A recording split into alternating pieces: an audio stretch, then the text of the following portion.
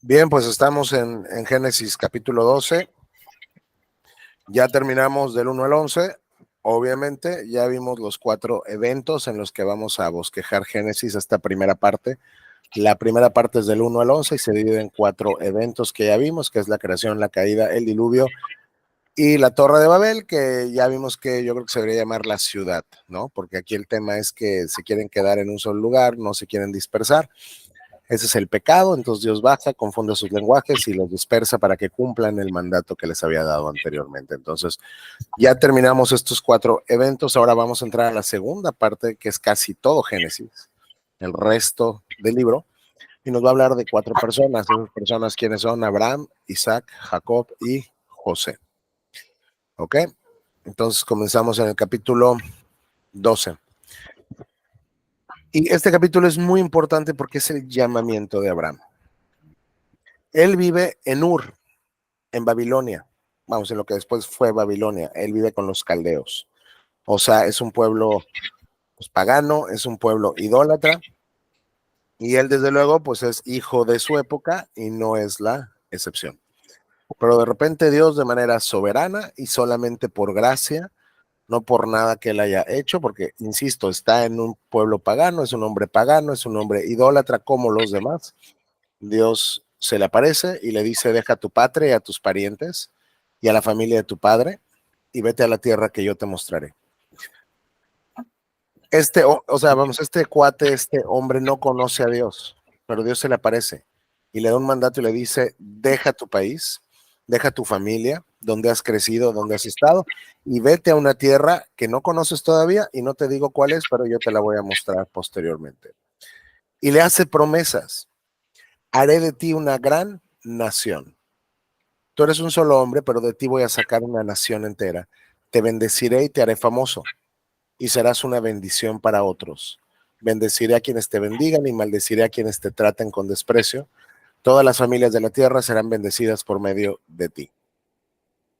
Y esta última parte de las familias en la tierra es la promesa reiterada de Génesis 3:15. ¿De acuerdo? O sea, esta es una promesa mesiánica. ¿Sale? Él no entiende todavía todo lo que tú entiendes, pero él sabe que por alguna causa, de alguna manera, todo el mundo va a ser bendecido por medio de Abraham. Entonces, Dios se le aparece y le da promesas, no le pide nada a cambio. No hay condiciones que él tenga que cumplir. ¿Ok? Esto es muy diferente al pacto con Moisés, que cuando lleguemos allá, vamos a Éxodo y vamos cómo se dio la ley en el Sinaí. Es un pacto diferente, porque ahí sí van a haber clausulados.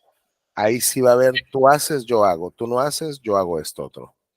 Pero aquí con Abraham simplemente es una promesa unilateral que depende únicamente de Dios y está basada en la fidelidad de Dios y en la voluntad de Dios de bendecir de manera incondicional a este hombre que vive en una tierra pagana. Entonces él, versículo 4, partió como el Señor le había ordenado.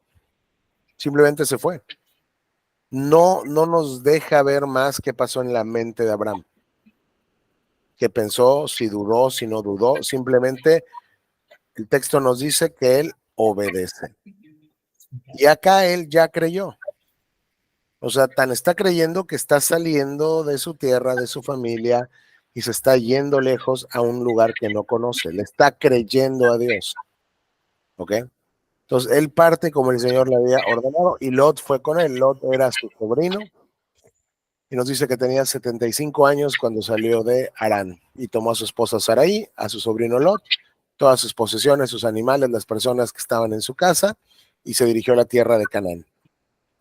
Que recuerdan que Canaán ya fue maldito por Noé, ¿se acuerdan?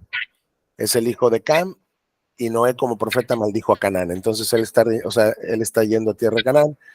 Cuando llegaron a Canaán, pues se establecieron ahí.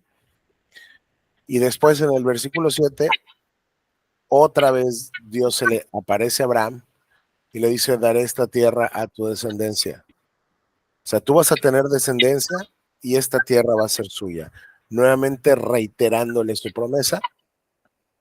¿Ok? y él simple y sencillamente estaba viviendo y estaba obedeciendo a Dios.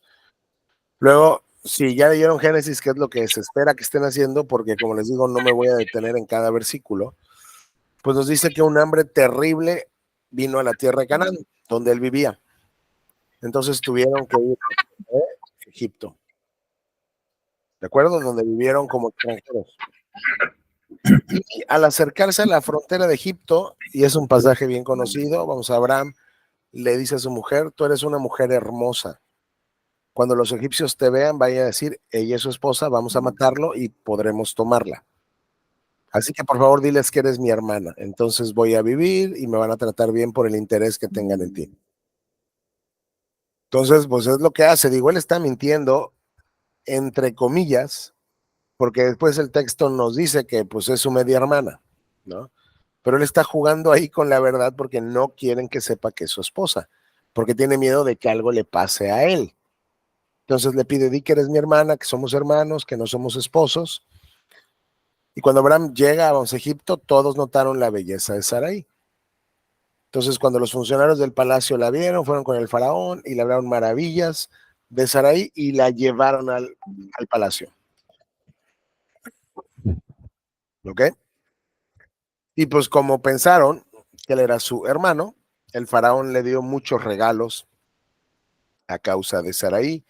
Le dio ovejas, cabras, ganado, asnos y asnas, siervos y siervas y camellos. Pero el Señor, en lugar de castigar al patriarca por haber engañado y por haber mentido, quiero que aquí entiendan algo. El faraón, de acuerdo al texto, está actuando de buena fe. Él cree que es una mujer soltera. ¿Ok? Entonces, pues él está actuando de buena fe porque le está creyendo al patriarca, pues que es su hermana, pero el Señor envió plagas terribles sobre el faraón y sobre todos los de su casa debido a Sarai, la esposa de Abraham. O sea, en lugar de castigar al patriarca, Dios castiga al faraón. Entonces el faraón manda a llamar al patriarca y lo reprende severamente. ¿Qué me has hecho? Preguntó. ¿Por qué no me dijiste que era tu esposa? Ahí ya él sabe que es su esposa, él entiende que estas plagas están viniendo porque tomó a la mujer de otro hombre y aún en este tiempo eso no se hacía. ¿Por qué dijiste es mi hermana? Y con esto me permitiste tomarla como esposa. Ahora bien, aquí tienes a tu esposa, tómala y vete de aquí. Entonces el faraón le regresa a su esposa, ¿no? Y le pide que salga de su territorio. Y conocemos esta historia, pero el contexto nos sugiere que lo que él hizo fue algo excesivamente perverso. ¿Por qué? ¿Por qué creen?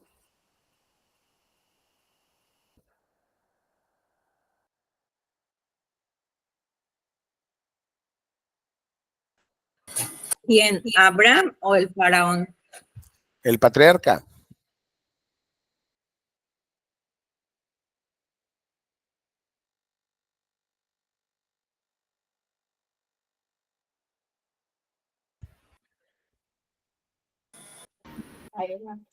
Pues mintió, no sé. Ok, sí mintió, pero lo que hizo es que le entregó su esposa en las manos de otro hombre. Y hay una diferencia porque esto sucedió 2 veces por lo menos con Abraham, el mismo escenario. Diles que eres mi hermana. Pero con Abimelech, Dios le impidió que tocara a Sara. Muchos teólogos consideran que aquí no fue el caso. O sea, él prefirió que su esposa fuera ultrajada sexualmente, muy probablemente por el faraón, antes que él sufrir algún daño. Ese es Abraham. Ese es el patriarca. Es un hombre como tú y como yo, falible, lleno de pecado. Es un terrible pecador. El contexto es muy claro. ¿Por qué me permitiste tomarla como esposa? No, no es como que Faraón llegó y le dijo, a ver, vente aquí, tómate un café conmigo. Él la tomó como esposa y el contexto permite sugerir con todo lo que eso implica. O sea, él entregó a su esposa en manos de otro hombre para salvar su vida. Si viéramos que eso pasa hoy en un contexto cristiano, pues sería algo, digamos, horrendo, ¿no? Que un hermano para salvar su pellejo, pues prefiera que su esposa sea tomada como esposa por otro hombre. Entonces no es solo que mintió, es lo que hizo con Sarai. Y lo hizo para salvarse a sí mismo. Y Dios no lo castiga a él. Y Dios castiga al faraón. O sea, Dios castigó al faraón por lo que había hecho, aunque él no sabía. Pero a él no lo está castigando acá. Y esto se relaciona con una de las preguntas que les hice ahí y que ya vimos en Romanos el martes. ¿Por qué Dios no está castigando aquí al patriarca? Porque esto es algo terrible. Ya Pablo nos contestó por qué. ¿Ok? Y hasta ahí les voy a dejar porque eso ya lo vimos el martes y también es parte de su tarea. ¿Hasta acá tienen dudas? No. Ok, entonces sale de Egipto junto con su esposa, con Lot, que es su sobrino, con todo lo que poseían.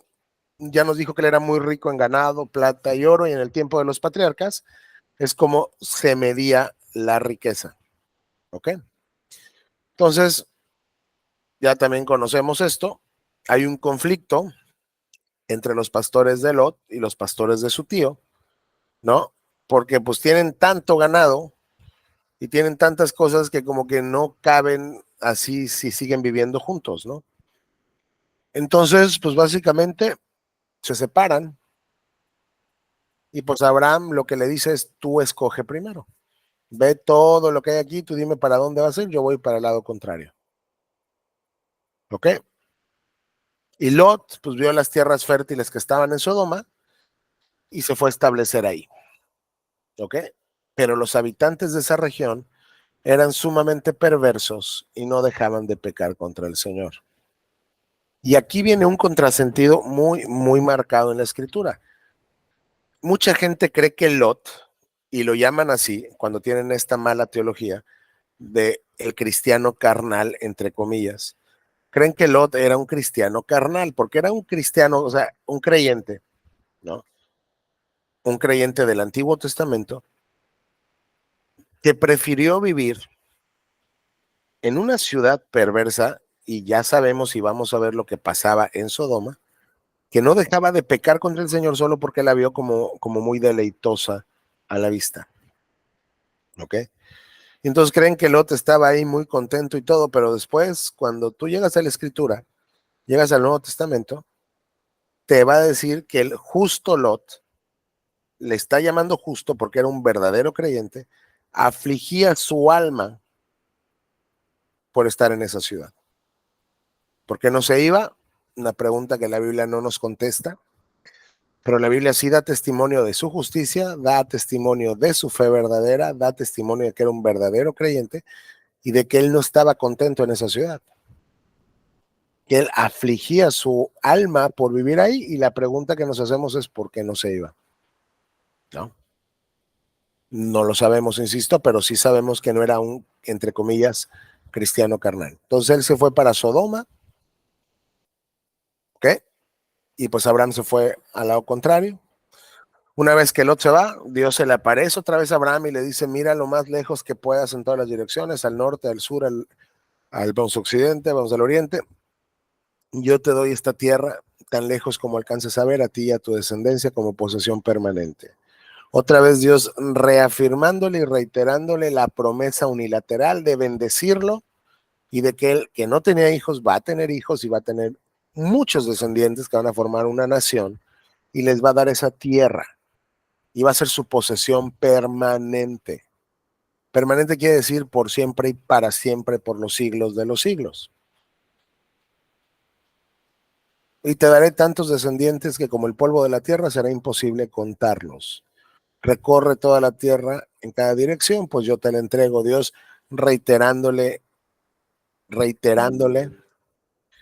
al patriarca la promesa del pacto, que no tenía ninguna condición para cumplirse. Simplemente te quiero bendecir y te voy a bendecir porque lo voy a hacer y porque me complace hacerlo. No hay nada que tú tengas que hacer. Simplemente recibe la promesa. ¿Ok? Y él en el texto nos marca que cada vez que Dios le reiteraba su promesa, él adoraba al Señor. Él en respuesta adoraba al Señor. Él le creía y adoraba al Señor. ¿Ok? Lo que pasa, pues hay una invasión donde vive Lot, se lo llevan cautivo a él y pues a su familia y todo lo que él tenía. Van con Abraham y le dicen, ¿qué crees que capturaron a tu sobrino? Él tiene un ejército privado en su casa, persigue a los reyes que capturaron a su sobrino, les gana, recupera todos los bienes que fueron tomados y trajo de regreso a Lot junto con sus pertenencias, mujeres y los demás cautivos. Y no me voy a detener aquí, pero este es un pasaje muy interesante, de que después de que el patriarca regresa de su victoria sobre los reyes que capturaron a su sobrino, hay un sacerdote del Dios Altísimo que es rey de Salem, que quiere decir rey de paz, que se llama Melquisedec, y le sale al encuentro al patriarca y le lleva pan y vino. Y Melquisedec le bendice y le dice, bendito sea Abraham por Dios Altísimo, creador de los cielos y la tierra, y bendito sea Dios Altísimo que derrotó a tus enemigos por ti. Bendito tú que estás protegido por el Señor. Y pues ahí, en ese momento, vamos a Abraham, antes de que existiera la ley de Moisés, que, bueno, que definía los diezmos, le da una décima parte de todos los bienes que había recuperado. Y este pasaje es muy importante después en Hebreos, porque nos va a decir que Jesucristo es sumo sacerdote según el orden de Melquisedec. Y es este Melquisedec del que está platicando el autor del Nuevo Testamento. ¿En qué sentido es sumo sacerdote según el orden de Melquisedec? Lo vamos a ver después, pero básicamente es un sacerdocio mucho más universal que el sacerdocio levítico. ¿Ok? Pero este personaje, si quieren investigar quién fue Melquisedec, ahí hay muchos puntos, vamos, ahí hay un debate de si fue una preencarnación de Cristo o era un hombre común y corriente que existió y era un tipo de Jesucristo. Ese, vamos, es un debate que está ahí, pero bueno, esto pasa con el patriarca, luego ya con los reyes, con los de Sodoma, y pues el rey le dice, nada más dame a mi pueblo y quédate tú con los bienes que recuperaste. Y pues Abraham le contesta al rey de Sodoma, juro solemnemente, vamos, ante el Señor, Dios Altísimo, creador de los cielos y la tierra, que no tomaré nada de lo que te pertenece a ti, ni un simple hilo, ni la correa de la sandalia. No quiero que digas, yo soy quien enriqueció a Abraham. Solamente dame lo que comieron todos mis guerreros, ¿no? Y dales una porción justa de los bienes a mis reyes aliados, y nos dice quiénes son. Pero él le dijo, yo no quiero dinero. ¿Por qué? Porque él está confiando que quien le va a bendecir sobremanera es el Señor. ¿Ok? ¿Hasta acá tienen alguna duda?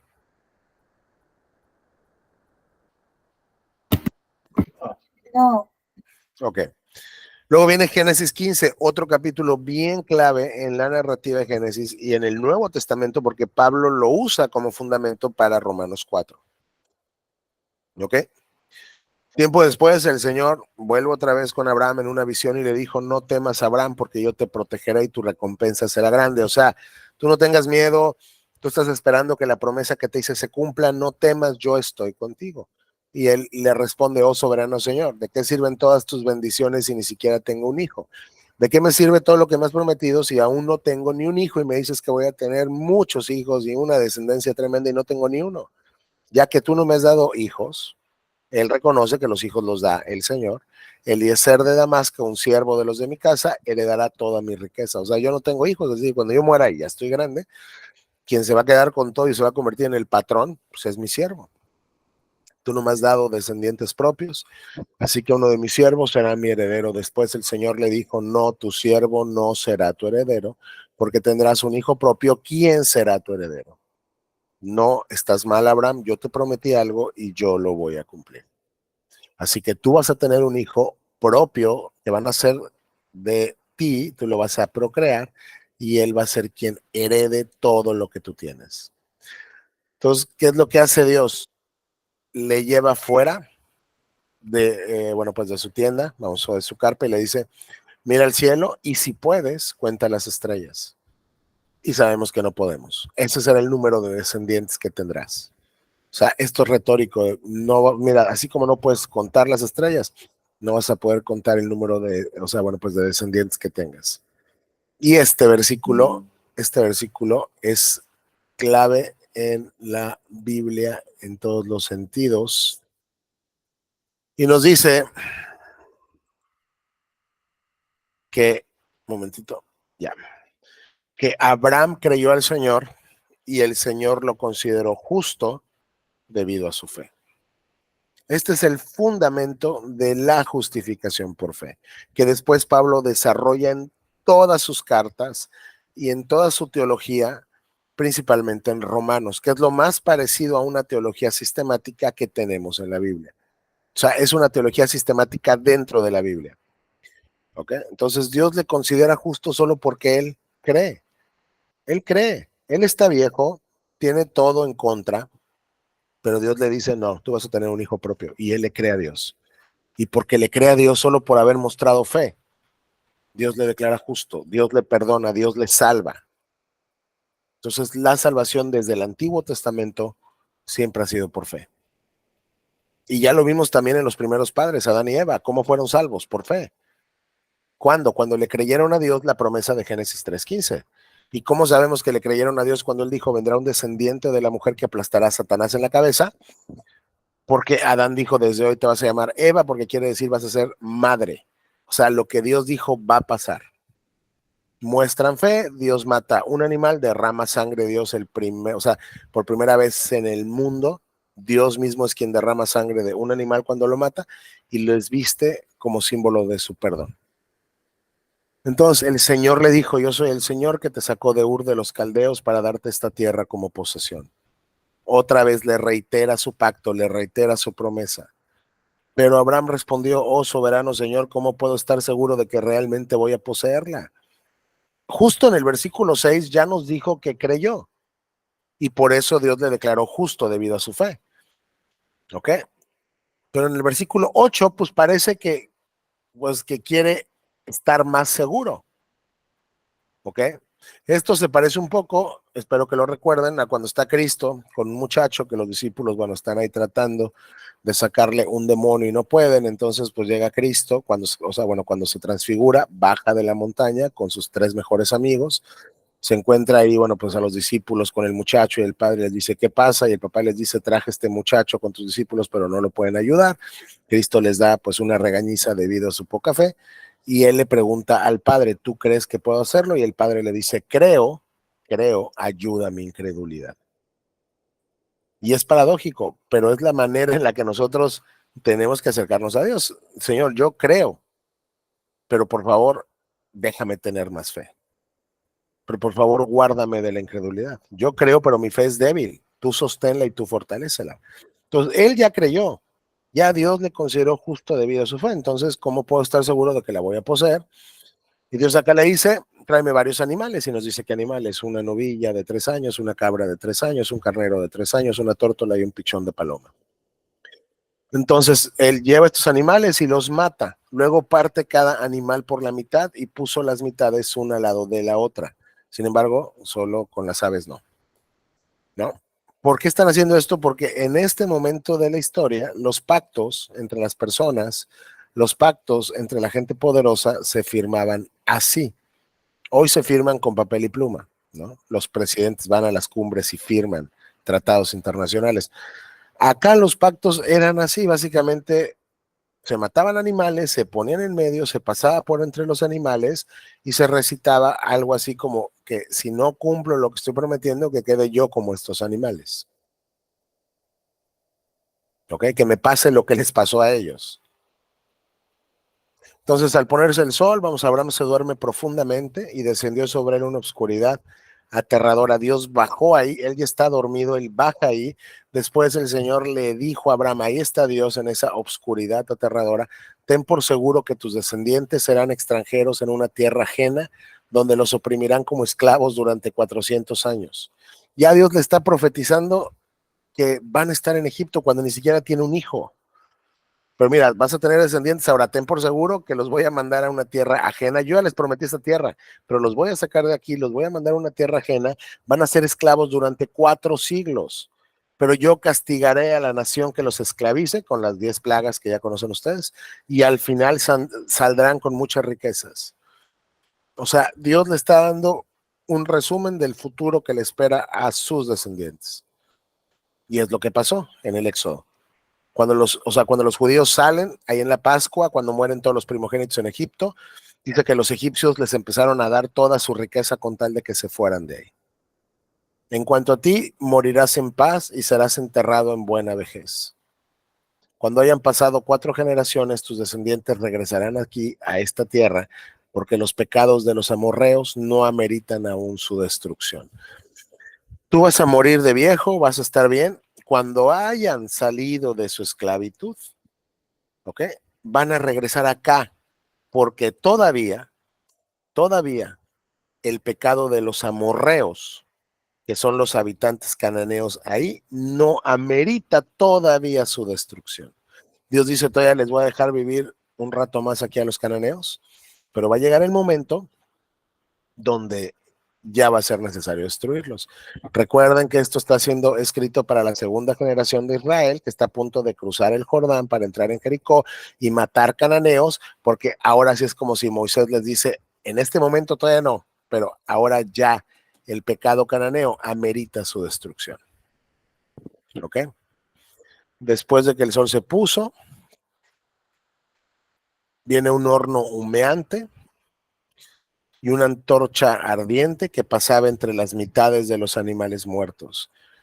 Ese es Dios quien está pasando entre los animales, ¿ok? Haciendo el pacto y sellando el pacto y firmando el pacto con Abraham. Entonces el Señor hizo un pacto con Abraham aquel día y dijo, yo he entregado esta tierra a tus descendientes. Desde la frontera de Egipto hasta el gran río Éufrates, la tierra que hoy ocupan los eneos, ceneseos, cadmoneos, hititas, fereceos, refaitas, amorreos, cananeos, jerjeseos y jebuseos, o sea, pueblos de Canaán. Otra vez Dios sella el pacto, Dios hace el pacto. Ahora, Dios no tenía ninguna necesidad, uno, de hacer un pacto con Abraham, para empezar. Es más, Dios no tenía ninguna necesidad de prometernos un Salvador en Génesis 3:15. Incluso después de hacer los pactos, Dios no tenía ninguna necesidad de hacer el ritual que hacían en la época para sellar los pactos. Por eso se dice que Dios condesciende con el hombre.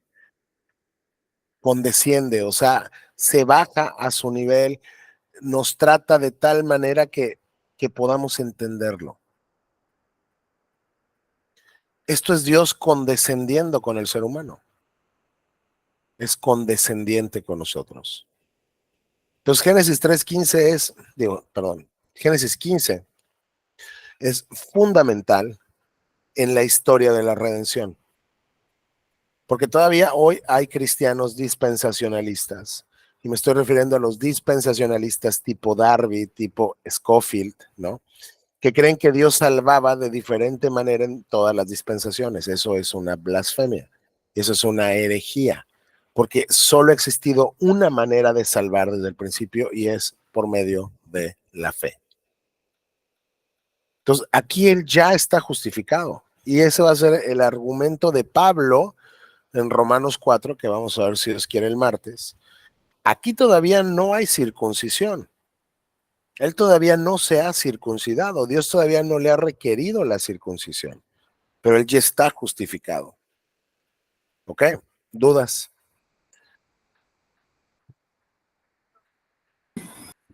Algo habías comentado, bueno, la otra vez de que por qué había dormido Abraham. Sí, o sea, Dios le duerme porque quiere que entienda que el único que va a pasar por, o sea, por entre estos animales es él, ¿no? Porque digo, y si bien cuando se hacía un trato entre partes como muy dispares, ¿no? Quien pasaba por ahí era la parte fuerte, que era el que tenía el poder de cumplir todo lo que sea, o sea, el poder de cumplir todo lo que había prometido. La realidad es que aquí Dios está enfatizando al pasar él solo nada más, que este es un pacto incondicional. De verdad, o sea, cuando lleguemos al pacto en Éxodo, ustedes lo van a ver, no hay manera que se les escape, es un pacto diferente, es un pacto distinto. El pacto en Éxodo es un pacto condicional, donde si tú haces esto, yo voy a hacer esto. Si tú haces esto, yo voy a hacer esto otro. Pero acá no hay esa condición. Como tampoco fue en Génesis 3:15, fue una promesa unilateral, soberana de Dios. Es decir, porque Él está complaciéndose en bendecir a la raza humana por medio de estas personas. Dios les promete cosas que no están sujetas al cumplimiento de ninguna condición. Por eso es que cuando pasa solo Dios ahí y duerme al patriarca, es como que tú ni te puedes parar de aquí, porque el único que va a pasar por aquí soy yo, porque el único que va a sellar esta promesa soy yo. ¿Por qué? Porque Él es quien está, o sea, Él es quien se obliga a cumplir los términos del pacto, y el patriarca solamente está en posición de recibir lo prometido. Él no tiene que cumplir nada, no hay ninguna condición en el pacto con Abraham. Cuando leemos que Dios le promete todo esto ahí en Génesis 12 y dice, y él sale de su tierra y se va, esa no es una condición que él esté cumpliendo. Esa es la respuesta de una persona que ha creído en la promesa que te acaban de hacer.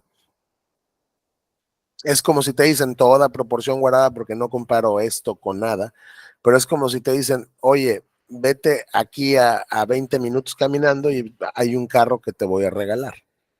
No te pongo ninguna condición. Ve y recógelo. Entonces tú sales y lo recoges. Jamás se podría decir es que se le regaló porque él está cumpliendo la condición. ¿Cuál condición? Simplemente está yendo a recoger lo que se le prometió. ¿Qué pasó, Julio?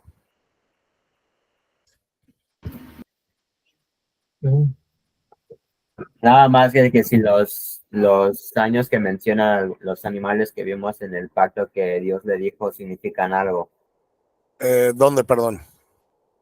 Más arriba en el que le dice agarrarás un cabrito de 3 años y así varios de 3 años, excepto Bueno, los... sí, bueno, o sea, ¿por qué fueron esos animales? No, o sea, son los animales, bueno, pues que digamos utilizaban frecuentemente, ¿no? Ahí en sus pactos. Aquí todavía, insisto, no ha venido la ley. Cuando la ley venga, y fíjense, digo, si Dios quiere y nos da vida y quieren seguir ustedes acá, cuando lleguemos a Levítico, vamos a llegar al libro donde todos los planes de lectura que empiezan en enero se terminan. Cada vez que dicen voy a leer la Biblia en un año y empiezo el 1 de enero ahí con mi tablita y todo, muchas personas llegan a Levítico y se acabó el plan de lectura, porque ahí frenaron su lectura, porque es un libro que sentimos a veces tedioso, difícil, ajeno, porque lo único que es todo el libro son leyes, leyes, leyes, leyes y cómo hacer este sacrificio, así muy detallado y vas a rociar esto y lo vas a meter. O sea, es un manual para los sacerdotes. Cuando lleguemos a Levítico vamos a ver que hay varios sacrificios donde Dios fue muy específico con el animal que requería para ese sacrificio, pero tampoco nos dice por qué. Simplemente aquí quiero un toro así, aquí quiero una cabra así. Nunca nos dice el toro significa esto, la cabra significa esto. Digo, nos podemos poner a pensar y podemos imaginar cosas, pero eso se llama especular y se llama alegorizar. Y es algo que yo les recomiendo que no hagan, porque el límite es su imaginación. No, es real. El límite, ¿mande? La pregunta era si los 3 años simbolizaban algo. Los 3 años. Ajá, que pedía por los animales. No. Ok, en el texto no hay nada que te diga que significan algo, simplemente Dios los pide así. ¿Sí me explicó? Porque aquí el foco, o sea, el foco no es en los elementos, sino el foco está en el pacto que se está haciendo, ¿no? Ahora, si la Biblia sí me explica qué son los 3 años, pues digo, te lo podría contestar, pero como no lo dice, pues no puedo. Entonces, no sé por qué son 3 años. Insisto, van a haber personas que te van a querer sacar explicaciones de por qué son 3 años, pero en el mejor de los casos lo están sacando de su imaginación.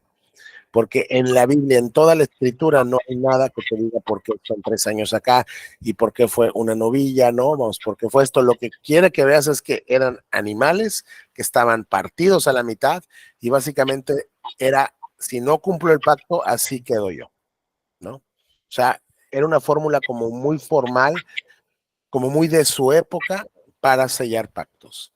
¿Ok? Y eso es lo que está enfatizando el capítulo, el pacto incondicional de Dios con Abraham, y otra vez lo voy a repetir, incondicional.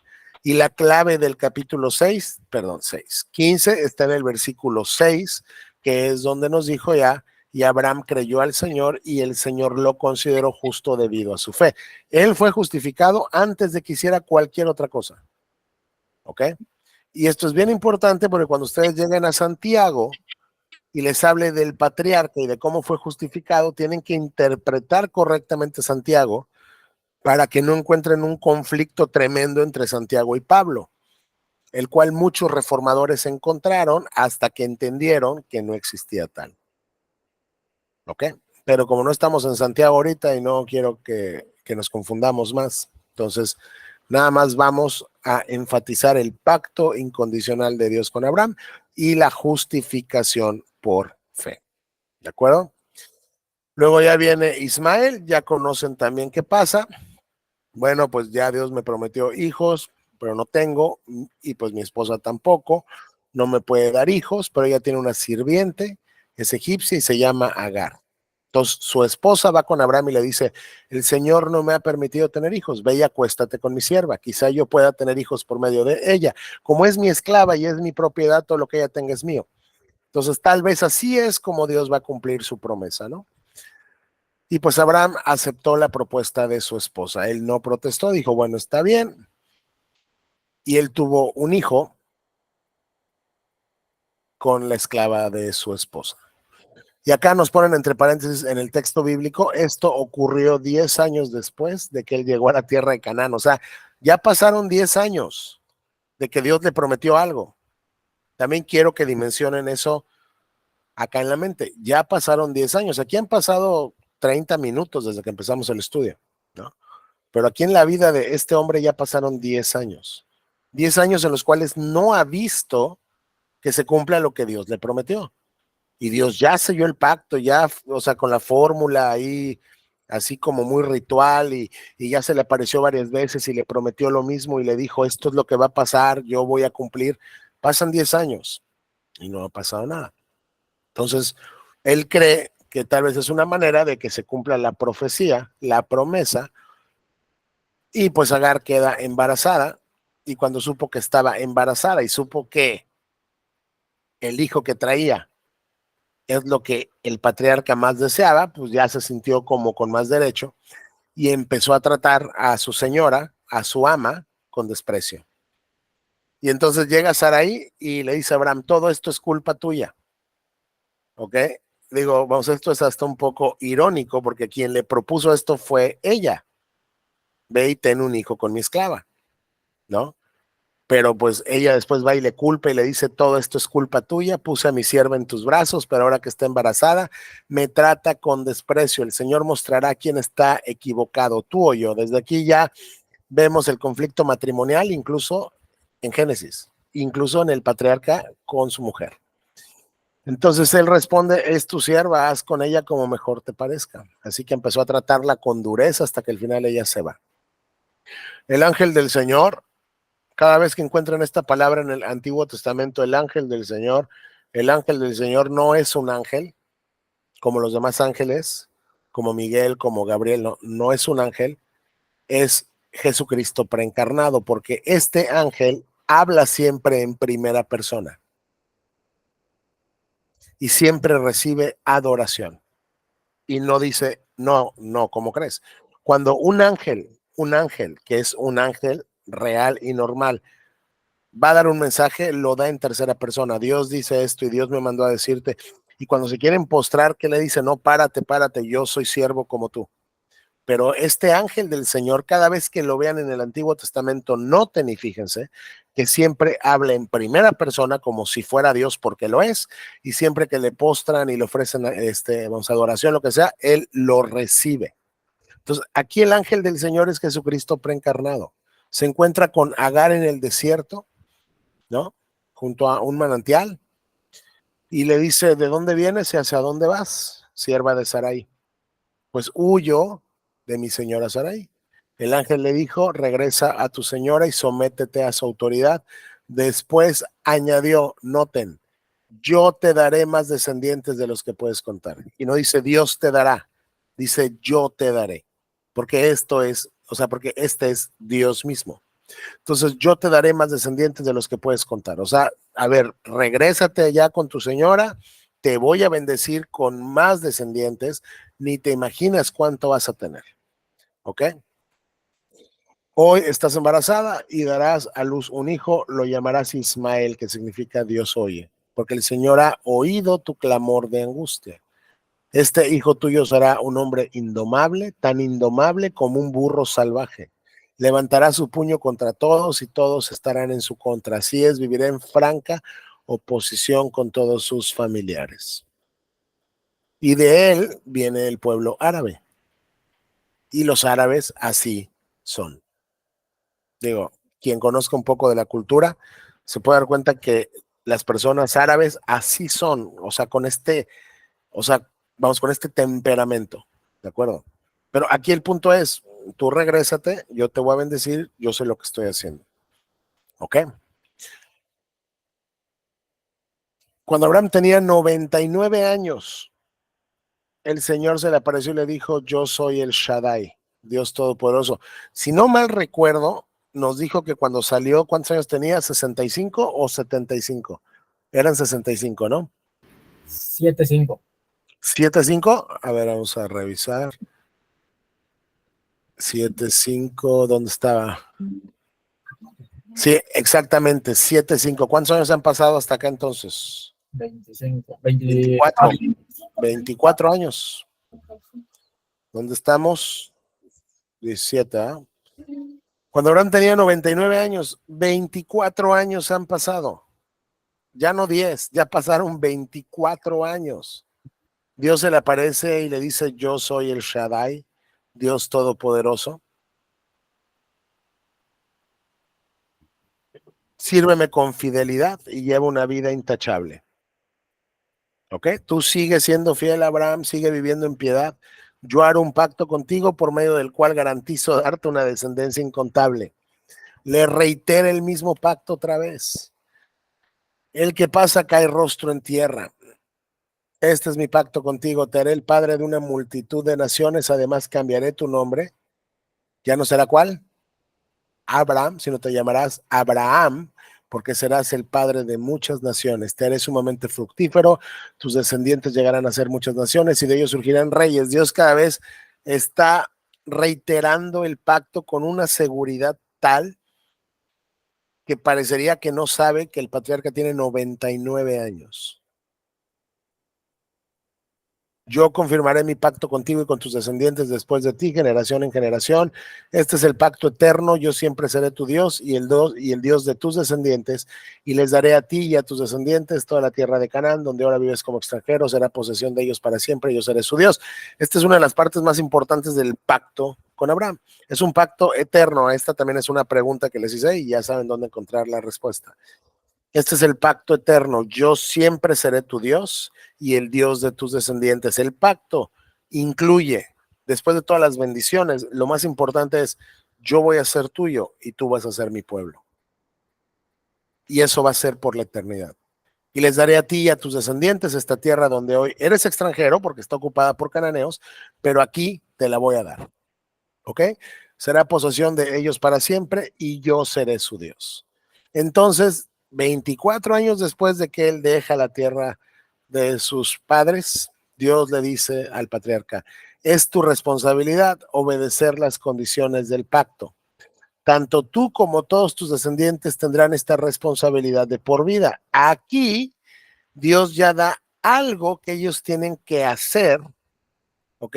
Para que tengan el beneficio de las bendiciones del pacto.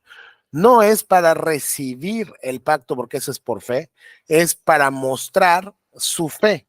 Ese es el argumento de Pablo en Romanos 4. Lo que ellos van a tener que hacer aquí es para mostrar su fe en el pacto que ya Dios prometió de manera unilateral e incondicional. Este es el pacto que tú y tus descendientes deben cumplir. Todo varón entre ustedes debe ser circuncidado. La señal, la marca visible del pacto sobre tu vida va a ser que los hombres estén circuncidados. ¿Qué es eso? Debes cortar la carne del prepucio como señal del pacto entre tú y yo. De generación en generación, todo varón debe ser circuncidado al 8º día de su nacimiento. Cuando tus hijos nazcan o la gente que vive en tu casa tenga hijo varón, al 8º día de su nacimiento le tienen que circuncidar. Esto incluye no solamente a los miembros de tu familia, sino también a los siervos nacidos en tu casa y a los siervos extranjeros que hayas comprado. Todos deben ser circuncidados. Llevarán en su cuerpo la parte... a ver, ¿dónde voy? Circuncidados. Llevarán en su cuerpo la marca de mi pacto eterno. Es decir, tu familia, tus siervos, todo lo que sea tuyo, tú eres el representante, digamos, y tienes que asegurarte que todos los hombres en tu casa, sean familiares, sean hijos, sean siervos, estén circuncidados, porque esa es la marca de mi pacto, es la señal de mi pacto, no es la condición para que tú entres en el pacto. El pacto ya se lo dio Dios 400 veces, es la marca de que has creído en mi pacto. Y todo varón que no sea circuncidado será excluido de la familia del pacto por romper el pacto. Todo hombre que se rehúse a circuncidarse queda fuera de la familia del pacto. Hay una familia del pacto, hay un pueblo del pacto, y ese pueblo del pacto tiene una marca del pacto, una señal del pacto, que es una marca visible que van a llevar los varones en tu casa y lo van a hacer al 8º día, sean familia, sean siervos, sea cualquier persona o cosa que te pertenezca, llevará la marca del pacto, porque no llevarla es una gran afrenta a mí. Es como cuando te casas, ¿no? Una de las marcas del pacto matrimonial que tienes con tu cónyuge, pues es el anillo, ¿no? O sea, el de matrimonio. Entonces, por ejemplo, si tú un día llegas con tu cónyuge, ¿no? Estás ahí peleando con él o con ella y te quitas el anillo y lo tiras a la basura, estás diciéndole algo muy fuerte con respecto al pacto que tienen juntos. No es el hecho de que costó mucho o poco, digamos, el anillo, ¿no? Porque puede ser hasta, bueno, pues una cosa barata y lo que sea, pero es el simbolismo. Entonces, cuando tú te quitas el anillo y lo tiras a la basura, estás diciéndole algo a tu pareja del pacto, de lo que te importa el pacto y de lo que crees del pacto. Por eso es que si tú no te circuncidabas, le estás diciendo a Dios, no me importa tu pacto, porque no voy a llevar en mi cuerpo la marca del pacto. Pero esta señal de la circuncisión viene después de que él ya creyó y de que él fue justificado. Y esto es lo que Pablo va a recalcar en Romanos 4. ¿Cuál es el orden? Primero creyó, luego viene la circuncisión. No fue salvo, o sea, no es que recibió las bendiciones del pacto por circuncidarse, sino demostró que ya tenía fe al circuncidarse y por circuncidarse. ¿Queda clara esa distinción o no?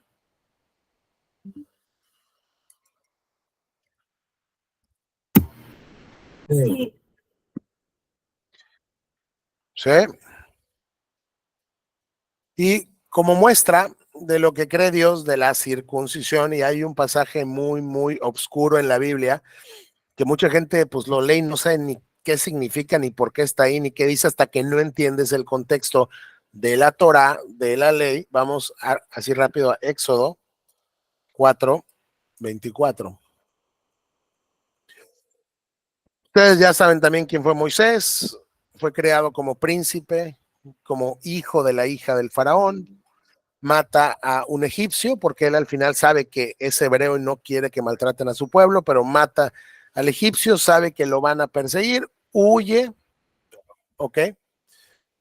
Y vive en Madián, durante 40 años, ahí se casa, pues está ahí, bueno, pastoreando, digamos, ovejas. Ahí Dios le llama al ministerio y le dice, tú vas a liberar a mi pueblo de la esclavitud en Egipto, y ya sabemos todo esto. Entonces, él cuando está listo, ¿ok? Para regresar a Egipto, o sea, ya por fin platicó con su suegro, platicó con su esposa, les dijo, vamos a hacer esto, Dios me está mandando a Egipto. Ya después de que Dios respondió todas sus objeciones, le dijo, ahí va a estar tu hermano, él va a ser tu boca, bueno, todo esto. Ya está dispuesto a partir otra vez, dice. Así que Moisés tomó a su esposa y a sus hijos, los montó en un burro y regresó a la tierra de Egipto. En la mano llevaba la vara de Dios. Cuando le dijo, tiras esta vara y va a pasar esto, bueno, él ya estaba listo para ir a cumplir su ministerio. No, y el Señor aquí, bueno, pues le dijo a Moisés, cuando llegues a Egipto, preséntate ante el faraón y haz todos los milagros que te di el poder de realizar, ¿no? Pero yo le endureceré el corazón, para que vean nada más quién endurece los corazones, y él se negará a dejar salir al pueblo. Entonces, bueno, aquí están todas las órdenes, ¿no? Que tiene que darle rumbo a Egipto, en un lugar donde Moisés se detuvo con su familia para pasar la noche. El Señor enfrentó a Moisés y estuvo a punto de matarlo. A ver qué pasa en el versículo 21-22. Dios le acaba de dar las instrucciones de lo que quiere que haga. Él está pues cansado, se quedan en un, vamos, hotelito a lo mejor, y ahí llega Dios para matar a Moisés. Llega Dios a enfrentarse con Moisés y estuvo a punto de matarlo. Pero Séfora, la esposa de Moisés, tomó un cuchillo de piedra y circuncidó a su hijo. Qué pasaje tan extraño. Está Moisés en un hotel, llega Dios, te voy a matar. Cuando hace un versículo te acabo de mandar para allá, pero hoy te voy a matar. Séfora sabe lo que tiene que hacer, toma un cuchillo de piedra y circuncida a su hijo. Con el prepucio del niño, tocó los pies de Moisés y le dijo, ahora tú eres un esposo de sangre para mí. Cuando dijo un esposo de sangre, se refirió a la circuncisión. Después de ese incidente, el Señor lo dejó en paz. ¿Qué onda con ese pasaje?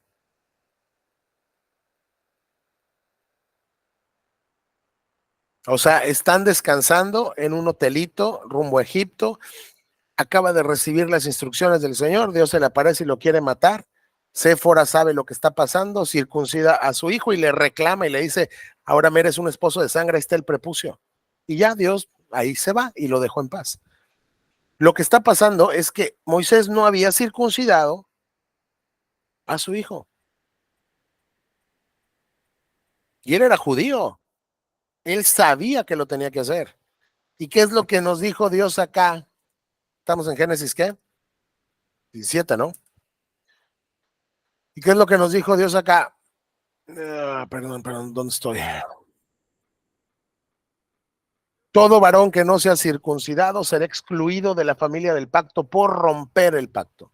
Moisés estaba rompiendo el pacto. Moisés estaba despreciando al Dios del pacto, porque si desprecias el pacto, desprecias a Dios. Y por lo que se ve en el contexto, su esposa no quería que se circuncidara. Ella al final no era judía, era madianita. ¿Ok? No quería que se circuncidara, pero Dios está dispuesto a matar a Moisés. Ella entiende por qué está ahí Dios, lo circuncida, Dios se va y le dice, pues ahí está lo que quería hacer, es un esposo de sangre. ¿Se dan cuenta de la gravedad de despreciar el pacto de Dios? No es algo anecdótico, no es algo chistoso, no es algo potestativo, o sea, que tú pues, quieras o no quieras hacer. Al estar rechazando la marca del pacto, estás rechazando al Dios del pacto. Y Moisés lo estaba siendo mandado a cumplir su ministerio y no había ni siquiera circuncidado a sus hijos. Entonces ahí se circuncida como muy a regañadientes por la esposa, le reclama un poco a Moisés y Dios lo deja en paz y se va, porque eso es lo que Dios iba a hacer, matarlo por violar el pacto.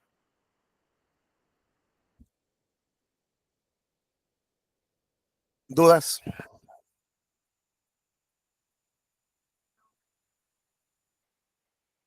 No, No. ¿Sí me entendieron esta parte o no? Sí.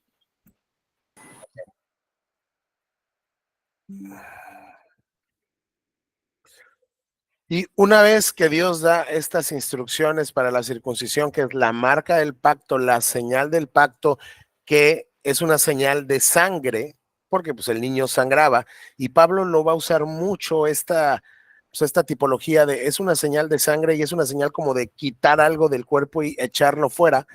Pablo lo va a usar mucho cuando se refiere a la circuncisión del corazón. Pero esta señal del pacto cambia en el Nuevo Testamento. Y ya después la señal del pacto ya no es la circuncisión. Pablo es bien enfático que ya Dios no requiere la circuncisión en el nuevo pacto, lo que requiere ahora es el bautismo. Entonces, el bautismo viene a reemplazar a la circuncisión y sigue siendo la marca del pacto visible, la señal visible del pacto. Rechazar el bautismo es similar a lo que hizo Moisés al no circuncidar a sus hijos. 15. Entonces, Dios sigue platicando con Abraham y le dice con respecto a Sarai, tu esposa, su nombre ya no será más Sarai, a partir de ahora se llamará Sara. Dios le cambia el nombre al patriarca y a su esposa. Y yo la bendeciré y te daré un hijo varón por medio de ella. Sí, la bendeciré en abundancia y llegará a ser la madre de naciones. Entre sus descendientes habrá reyes. Él ya tenía 99 años y le dijo, no es Ismael, no es el que tú, o sea, no es el que tuviste con la esclava. Yo te prometí un hijo, pero ese hijo va a venir por Sara. Abraham ya tenía casi 100 años. Entonces Abraham se postró hasta el suelo, pero se rió por dentro, incrédulo. Oye, pero es que este hombre ya creyó y fue justificado, y sigue justificado porque sigue creyendo, pero de repente su fe flaquea. Incrédulo dice, ¿cómo podría yo ser padre a la edad de 100 años? O sea, ¿cómo es posible? Dios me sigue dando promesas, pero yo ya tengo 100 años. ¿Y Sara cuántos tiene? 90. ¿Cómo podrá Sara tener un bebé a los 90 años? Así que Abraham le dijo a Dios, que Ismael viva bajo tu bendición especial. Señor, está muy bueno esto que me dices, pero ¿sabes qué? Ya tengo un hijo, ya estamos viejos. Mira, mejor que sea por Ismael, a quien tú le des todas tus bendiciones. Pero Dios le respondió, no, Sara, tu esposa, te dará a luz un hijo. No va a ser Ismael, va a ser Sara. Le pondrás por nombre Isaac y yo confirmaré mi pacto con él y con sus descendientes como pacto eterno. La confirmación del pacto con Abraham iba a venir por Isaac, no por Ismael, y sigue siendo un pacto eterno, pero la línea que lo continúa es Isaac. Con respecto a Ismael, también a él voy a bendecirlo tal como me has pedido. Tú me has pedido que él esté bajo mi bendición especial, lo voy a bendecir. Es tu hijo también, como me has pedido. Haré que sea muy fructífero y multiplicaré su descendencia. Llegará a ser padre de 12 príncipes y haré de él un pueblo fuerte, gran nación, pero mi pacto de promesa se va a confirmar con Isaac, quien nacerá de ti y de Sara dentro de 1 año. Aquí ya Dios, después de 24 años, ahora sí le da un cronograma. Ok, tú me pediste que bendiga también a tu hijo Ismael, lo voy a bendecir, no, o sea, tú no te preocupes, pero no, mi pacto no viene por medio de Ismael, viene por medio de Isaac. Y él va a nacer de Sara y no de Agar. Y él va a nacer dentro de 1 año. Cuando Dios terminó de hablar, dejó al patriarca Abraham.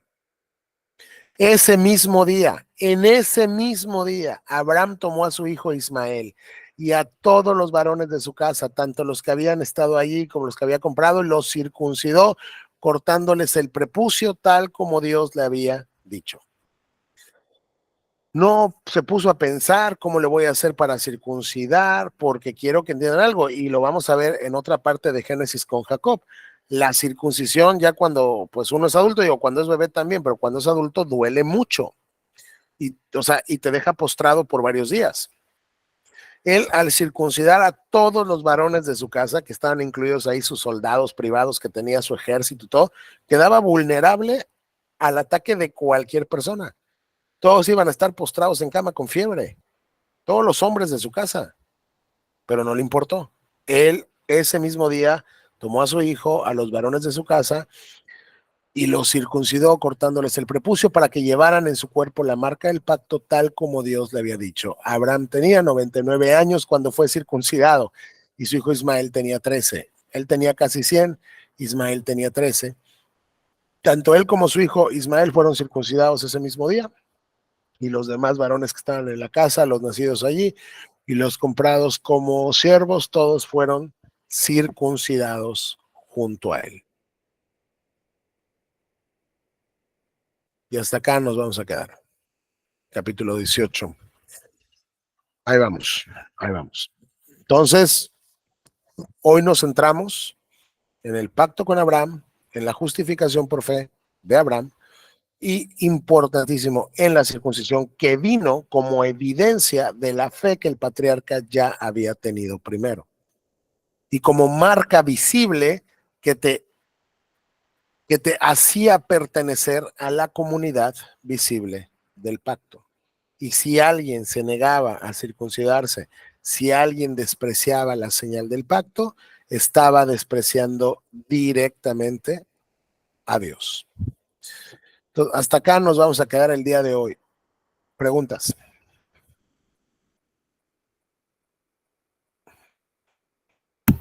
No. Nadie.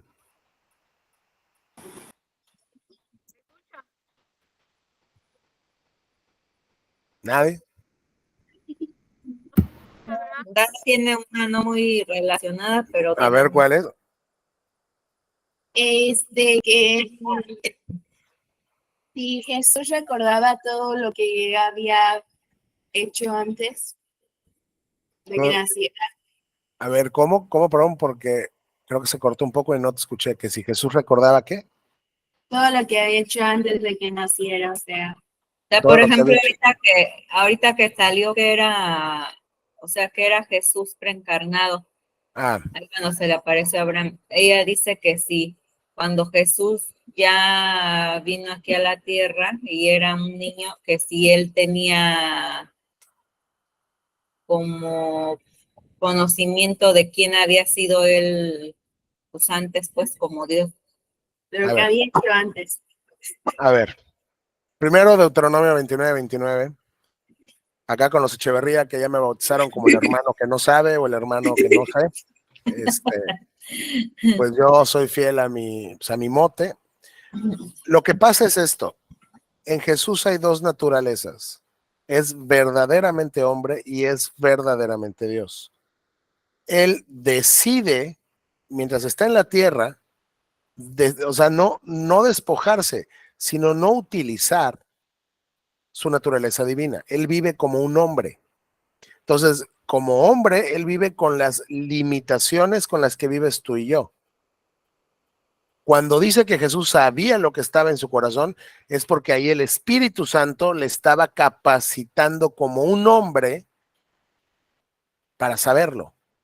Los milagros que Jesús hizo, los hizo, y la Biblia es bien clara, en el poder del Espíritu Santo, el cual recibe después de su bautismo, que fue una ordenación sacerdotal. No fue un bautismo por el pecado, porque él no tenía pecados. Pero ahí fue su ordenación sacerdotal en términos de números, y él ahí comienza su ministerio y viene el Espíritu Santo y se derrama sobre él, le unge para empezar su ministerio, y entonces todos los milagros que Jesús hace, los hace como un hombre en el poder del Espíritu Santo. Por eso es que cuando es tentado ahí en Mateo 4, que está en el desierto y tiene hambre, y pues llega Satanás y le dice, mira, ahí hay unas piedras, tú eres hijo de Dios, o sea, eres Dios, tienes una naturaleza divina, ordénale a las piedras que se conviertan en pan y come. Y Jesús lo ve como un pecado y, o sea, y le dice, no, Satanás, porque la Biblia dice que también vas a comer de lo que sale en la boca de Dios, no solo de pan. ¿Por qué Jesús ve como pecaminoso el convertir piedras en pan? Digo, no hay una ley que diga no convertirás piedras en pan. Pero él ve como un pecado convertir piedras en pan. Y Satanás quería que él convirtiera piedras en pan, porque si él convertía piedras en pan, él ya no podía morir por ti ni por mí. ¿Por qué? Porque él tenía que vivir como un hombre, bajo la ley de Dios como un hombre, porque un hombre fue el que cayó en el huerto. Un hombre tenía que vivir bajo la ley de Dios sin romperla, guardándola siempre. Si Jesús hubiera convertido piedras en pan, no podría morir por ti, porque ya no vivió siempre como un hombre, porque ahí habría utilizado su naturaleza divina y no su dependencia del Espíritu Santo, porque los hombres como tú y como yo, hombres y mujeres, no convertimos piedras en pan cuando tenemos hambre. Porque no podemos. Entonces, ¿cómo funcionaban sus dos naturalezas? Es un misterio. Cuando Cristo dice el día y la hora nadie la sabe, ni siquiera el Hijo, sino el Padre. O sea, Cristo es omnisciente. Como Dios, Él lo sabe todo, sabe lo mismo que sabe Dios. Pero Él en su encarnación de manera voluntaria decidió no saberlo como un hombre. No entiendo cómo funciona. Por eso yo creo que dice ese versículo, ¿no? Del que dice que no escatimó el ser igual a un hombre. No, que el ser ¿Cómo? igual a Dios como Así, algo, vamos, a lo cual aferrarse, sino que aferrarse. se despojó a sí mismo. Sí. Ándale. No es como que dejó de ser Dios, sino, digamos, una traducción más correcta sería, sino Renunciar a que, sus beneficios, ¿no? exacto, de manera temporal renunció a sus privilegios divinos y vivió como un hombre. Por eso es que nos debe de sorprender cuando Jesús vence las tentaciones, porque siempre pensamos de alguna manera que, bueno, pues claro que las venció, pues porque Él es Dios. No, pero Él vivió como un hombre. Y porque tú y yo siempre caemos a la primera y no creemos que un hombre pueda resistir la tentación. O sea, tenemos que maravillarnos porque todo lo que Jesús hizo, incluso cuando resucitó, fue en el poder del Espíritu Santo. Aquí está, ¿dónde está? No, aquí está. ¿Dónde estaba? Aquí. Pues aquí está hablando de Cristo Jesús. En su vida terrenal, Él fue descendiente del rey David y quedó demostrado que era el Hijo de Dios. O sea, era verdaderamente hombre y su linaje se rastrea hasta David. Y también se demostró que era Dios en la carne, Hijo de Dios, cuando fue resucitado de los muertos. ¿Cómo? ¿Cómo fue resucitado? Mediante el poder del Espíritu Mediante el Santo. poder del Espíritu. Él no resucitó con su propio poder. Él resucitó mediante el poder del Espíritu Santo. Él hizo sus milagros como un hombre mediante el poder del Espíritu Santo. Él supo lo que supo de los corazones de los demás mediante el poder del Espíritu Santo. Él resucitó muertos mediante el poder del Espíritu Santo como un hombre. Porque Él no vino aquí a vivir como Dios. Él vino aquí a vivir como un hombre porque tenía que ser un hombre, vivir como un hombre es lo que Hebreos enfatiza, para que pudiera entonces morir por los hombres. Y tenía que ser un hombre perfecto, un hombre justo 100%, para que Él no tuviera que morir por ningún pecado propio y entonces Él pudiera entregarse como un sacrificio perfecto por los pecados de nosotros, los terribles pecadores. Pero digo, si me preguntas si Jesús sabe y sabía que era Dios, claro,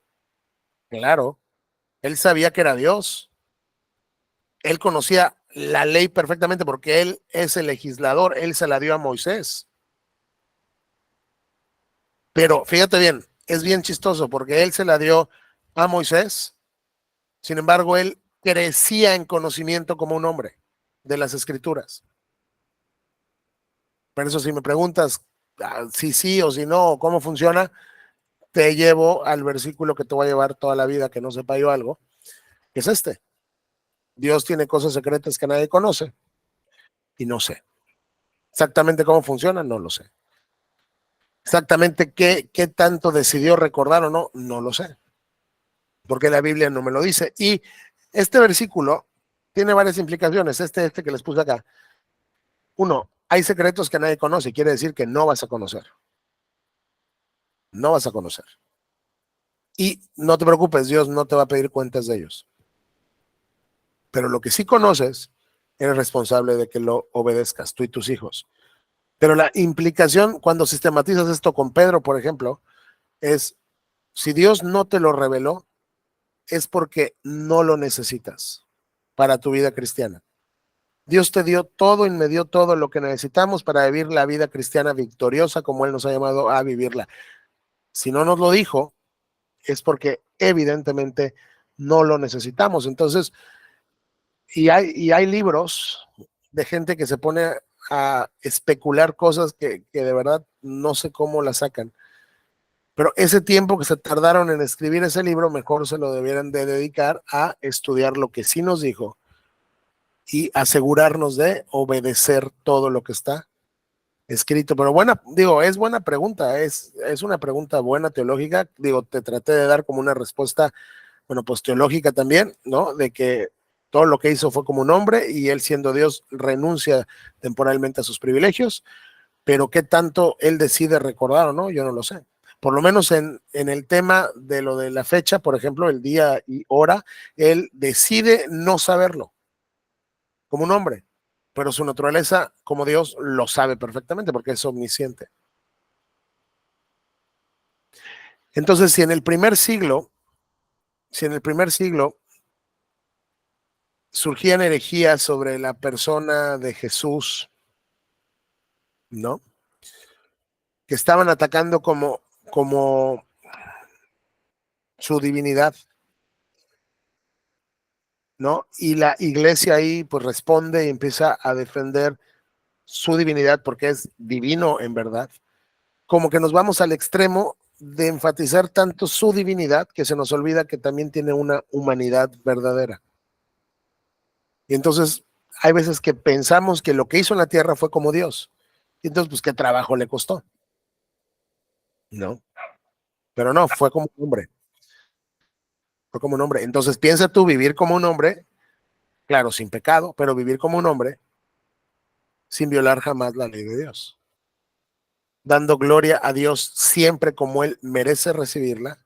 Cristo, por ejemplo, fíjate bien, y vamos a ver lo que dijo Paul Washer una vez y voló mi mente. No hay un solo minuto de tu vida y de mi vida, un solo minuto. Es más, no hay un solo segundo de nuestras vidas en que se haya amado a Dios como Él merece ser amado. Nadie de nosotros, ni un milisegundo de nuestras vidas, ha amado a Dios como Él merece ser amado. Pero Cristo no hubo un milisegundo de su vida que no amara a Dios como Él merece ser amado.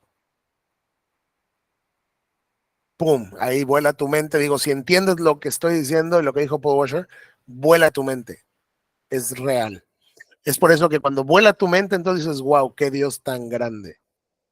Y entonces llegas a doxología, llegas a adorarlo. ¿Por qué? Porque la teología, porque la Biblia, porque el conocimiento teológico tiene que inflamar tu corazón de adoración por Él. No es nada más un conjunto como de conocimientos aquí en la cabeza, como si fueras enciclopedia, sino es entre más sabes, más conoces a Dios, le conoces más, le amas más y le adoras más. Pero muy buena pregunta, hija, pero no sé. ¿Alguien más?